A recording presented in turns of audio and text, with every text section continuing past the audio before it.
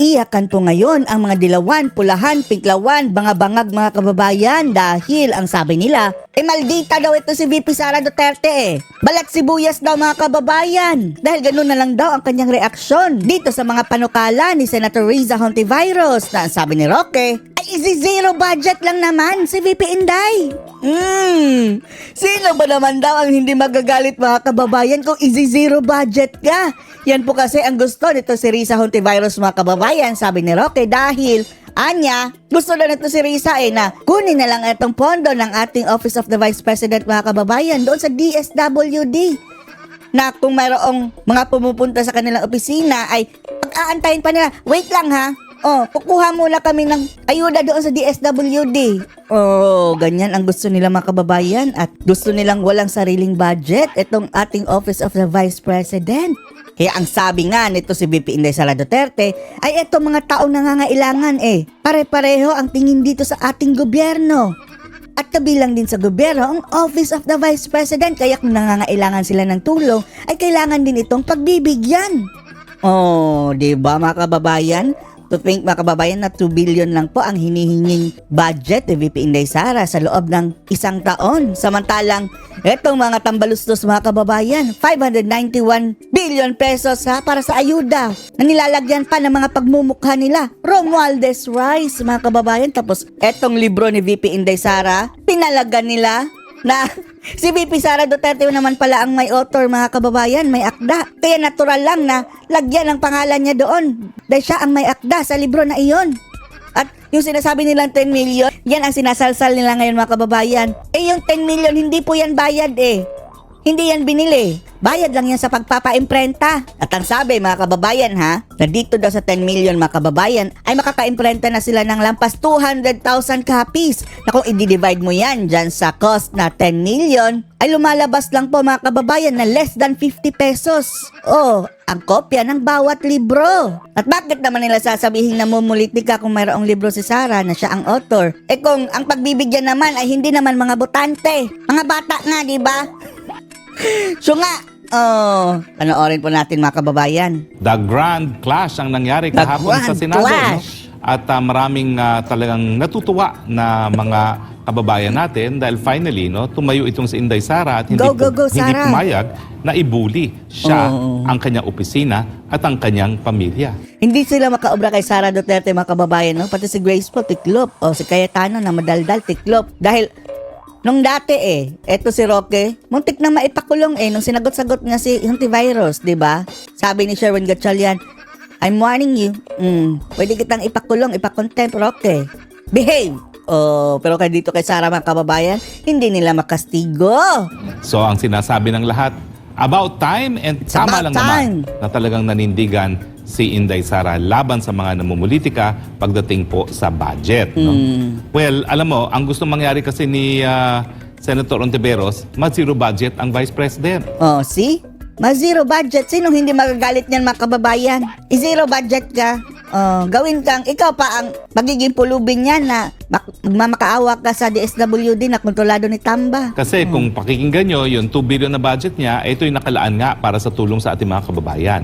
At kung mananaig yung gusto ni Senator Hontiveros na ibigay sa mga line agencies, wala nang budget ang VP. Zero budget. So malinaw ang gustong mangyari ni Senator Hontiveros, talagang tuluyan na ma-zero budget ang VP para wala siyang magawa. Ba't mo naman gagawin yun sa pangalawang pinakamataas na opisyalis ng bayan? Pamumulitik ka. Yan nga.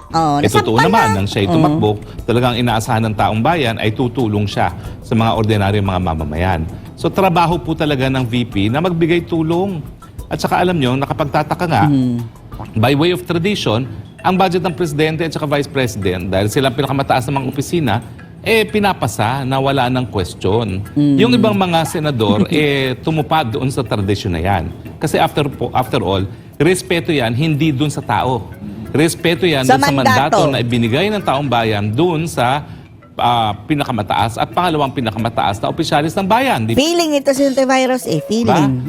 So sana nagrespetuhan lang din kahapon at hindi na pinuntirya pa ang 10 million na hindi ko maintindihan bakit yung pang gusto niyang puntiryahin. Ang chipipay mga kababayan, dito sa 10 million mga kababayan, grabing putak na nila na ang mabibigyan mga kababayan ay mga bata.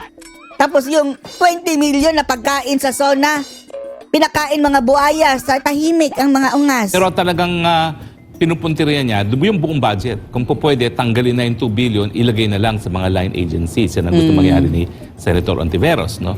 In At kaya your naman, dreams, nag-react Virus. na ganyan ang ating VP Sara. No? Well, I think ang mensahe ngayon ni Buti nga. VP Sara is tapos na ang pananahimik niya. No more Mr. She Nice will not Guy. take any crap from anyone. Crap and Maninindigan ewan. siya sa kanyang paniniwala at paninindigan niya yung kanyang mandato na, na susuportahan ang sambayanang Pilipino sa Pilipino. panahon ng kanilang paghihirap. Di ba? Tama naman yun? Go, go, go, go! Ano bang ginawa ng Vice President dati ni Senator Risa Ontiveros na si Vice President Leni? Si Madam Lutang Hindi ba Robredo. ganyan din ang ginawa niya? Oo. Nagbigay ng sariling tulong sa mga mamamayan? Namigay ng chicharon, spaghetti anemic. Oh. Galing din yun sa budget ni Lutang. Unfair pa nga yun mga kababayan dahil ang focus ng pamigay-migay ni Lutang sa Luzon lang. Oh, dyan lang sa kanyang area. Kay VP Sara, mayroon siyang satellite offices all over the Philippines po mga kababayan. In fact, kung tutuusin, ang Vice President na walang cabinet position, yan lang ang gagawin niya. Tagabigay ng tulong sa mga mamamayan, tagabigay ng ayuda pag nagkakaroon ng sakuna. Ay bakit hindi niya pinuna yung budget dati ni VP Leni? Eh siya yung naging senador na ng mga panahon na Kakampi, yun. namamuliti ka nga. Oh. So in fact, Mga virus sa ating dyan. researchers ngayon, no, kung po pwede, tignan ninyo yung budget ni VP Leni, ikumpira niya ngayon sa budget ni Inday Sara Duterte at makikita natin Oh. Tapos yung pinamigay-migayan ni Leni, dyan lang sa kanyang locality. Manila, Naga, dyan lang. Nag-ikot lang sa Luzon mga kababayan. na yung pinaglaanan ng pondo ay kapareho lamang. Kaya nga, ang punto ni VP Sara, pamumulitika ito dahil hindi naman po pwede na yun ang ginawa ng Vice President niya na VP Leni na ginagawa ngayon ni VP Sara, tututulan. So, Double malinaw po standards. talaga, politika at malinaw naman po ang pag-asa na binigay sa atin ng ating VP Sara, panahon munang magserbisyo kesa mamuliti. Tsaka binigyan din ni Vice President Inday Sara Attorney na yung isang Pilipino, isang kababayan natin, pag humingi ng tulong, hindi na niya nakikita yung yung politika na hindi magkasundo itong dalawang ahensya na ito, dito lang. Yung mga nangangailangan mga kababayan kapag may ahensya ng gobyerno, sa kanila paningin mga kababayan, gobyerno na ito, mamigay na ito ng tulong. At expected po yan sa Office of the Vice President mga kababayan na mamigay talaga ng tulong. Ako, kumbaga, sisikapin ng isang taong humihingi ng tulong, makapunta sa PCSO, sa PhilHealth, sa mga konsehal, congressman, mayor, OVP, nagbabaka sakali na makakuha ng tulong. Kaya po sa inyo mga kababayan na yung talagang nangangailangan yung mga hirap na talaga sa buhay, kung walang-wala talaga kayo, pumunta kayo sa mga ehensya ng gobyerno dahil mayroon talaga yung budget. Promise, mayroon talaga yung budget. Para na lang kung talagang obvious ka na with all parang mayaman ka na pumunta doon tapos hihingi ka ng tulong ay baka hindi ka paniwalaan. Pero yun nga, ang problema, pinopolitika nitong mga nasa posisyon na noong sila pa, bago pa sila tumakbo, no? Halimbawa, kagaya ni Senator Risa Ontiveros, 'di ba? Kasi baka papalagan niya yung Ginagamit ang PhilHealth dati mga kababayan para mag-promote sa kanyang sarili. libro kasi ang may akda ng libro ang pangalawang pangulo. Di ba nagkalat din sa EDSA yung kanyang mukha sa sa mga bus nung PhilHealth. during sa PhilHealth na siya pa yung pinuno ng PhilHealth. Andun din yung kanyang mukha, andun din yung kanyang Iba pa ang mukha ni Risa Hontiveros dati mga kababayan, no? Kamukha pa siya ni Renato Babalo Reyes mga kababayan. Nung hindi pa siya naging senador at nung naging senador na, ang puti na, kiputi. Oh, kiputi na ni Risa Hontiveros at parang blooming na mga kababayan, kumitikit ang kabuhayan. Dati-rati kamukha ni Renato Babalo. mga pangalan. In fact, Yan, it's not an apple-to-apple comparison. See? Kasi si VP, namumuno. Parang pa dati mga kababayan. Realista pa siya dati kasi Naglalagyan sa mga kababayan, lansangan, akbayan. Kaya ang itim. Ang sariling opisina niya. At saka mayroong mandato ng taong bayan. Pero yung mga panahon na ginagamit niya ang PhilHealth, siya ay nasa board lang naman ng PhilHealth, no? Hindi ko alam kung paano niya nagawa yun, no? Hindi nga siya ang head ng PhilHealth Board of Directors lang. Tapos nalagay ang pangalan Na dahil talaga tatakbo. yung pondo ng PhilHealth, nagawa niya na gamitin para ma-increase ang kanyang awareness sa taong bayan na hindi man lang siya head of office. Tapos nakiusap daw kay VP Inday dahil dalawa na ang talo eh.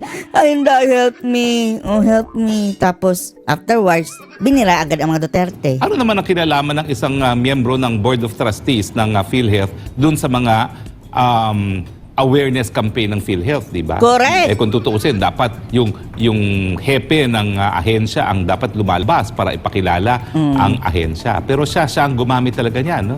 So, Namamuliti ka eh. Oh. At yan pa rin ang ginagawa hanggang ngayon mga kababayan. Ito si Virus. so, alam nyo, magpakatotoo lang tayo. Ako kaya gustong-gusto ko si BP Sara, walang kaplastikan. Alam niyang politika siya, alam niyang kinakailangan, gustuhin siya ng taong bayan, pero in the process, hindi siya nagpa-plastic. Correct. Kumbaga parang din siya ang ama niya na hindi talaga trapo na yung malaba Marojas, mala Risa Ontiveros, na Tambalos-los. talagang the total packaging. Pero ang gusto ng taong bayan, may total packaging ka nga, nasa naman ang sinseridad. Correct. Diba? Dapat Tama. magpakatotoo. At yan, nakita na naman ng taong bayan kung bakit 32 million ang bumoto kay Inday Sara Duterte. No? Kahit anong paniran nga mga kababayan, hindi kaya nila sirain si Sara. Dahil it is simply refreshing na talagang may tao na walang kaplastikan sa politika and will call a spade a spade. Correct. Anong masasabi niyo dito mga kababayan? Kaya pumalag si VP Inday dahil gusto siyang i-zero budget ni Risa Hontiveros. Post your comments below.